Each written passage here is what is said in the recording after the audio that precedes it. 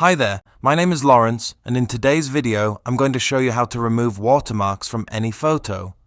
Please note, although this video shows you how to remove watermarks from an image, I don't promote or recommend you to take copyrighted images from their owners without written permission or consent.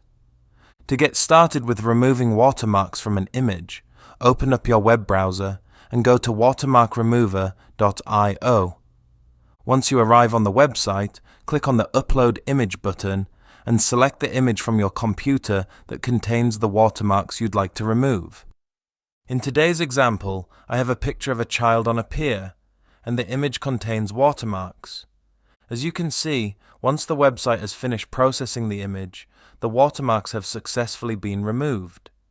To save the image to your computer, simply click on the Download button. And it's as easy as that. Removing watermarks from an image is a simple task to perform. If you like this video, please give it a thumbs up, and if you'd like to watch more videos like this, then please subscribe.